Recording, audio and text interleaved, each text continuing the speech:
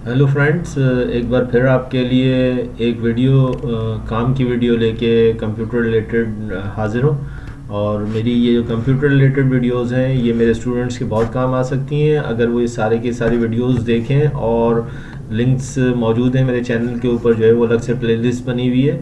और आज की वीडियो जो है वो इस हवाले से है कि अगर आपका एक लैपटॉप जो है वो इसकी भी मेमोरी कभी कभी जो है वो ओवर होनी शुरू आती है। जैसे कि इस वक्त अगर आप ये देखिए तो यहाँ पे आपको नज़र आ रहा होगा इसकी मेमोरी इस वक्त आउट ऑफ 4 GB 3 GB जो है वो इस वक्त काम में आ रही है।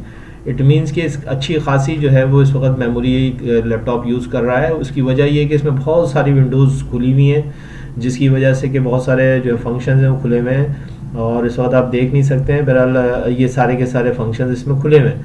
तो जो है वो इस वजह से इसकी मेमोरी इस वक्त ज़्यादा हो रही है। तो देखिए, मैं ये एक सॉफ्टवेयर है रैम मैप के नाम से मौजूद है। अगर आप इसको डबल क्लिक करेंगे तो ये रन एज एडमिनिस्ट्रेटर की जो है वो प्रॉपर्टी देता है, जिसको मैंने शट डाउन कर रखा है। और ये डायरेक्ट मेरे डबल क्लिक पे रन एज एडमिनिस्ट्रेटर जो है वो रन करेगा। तो आपके पास ये हो सकता है जब खुले डबल क्लिक करने पे तो रन एज एडमिनिस्ट्रेटर, तो आप इसको ओके करके यस कर देंगे। तो जब ये आप ओके करके यस करेंगे तो ये कुछ ऐसी विंडो खोल देगा। और जब ये खोल देगा तो फिर आपने इसके अंदर कुछ भी नहीं करना है। इसके अंदर ये एम्प्टी के अंदर 1 बाय 1 करना है, जैसे मैं कर रहा हूँ। देखिए, ये इसको क्लिक किया, ये हो गया रिलीज। इसके बाद आप इसका सेकंड नंबर है, इसको क्लिक करेंगे, ये भी रिलीज हो गया।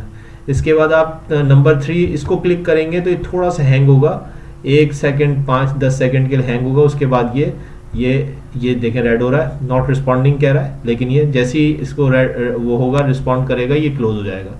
क्लोज होने के बाद अगर आप यहाँ पे देखें तो अभी सिर्फ इस वक्त 1 GB जो है वो मेमोरी रह गई, बाकी इसने सारी की सारी रिलीज कर दी है। ठीक है जी।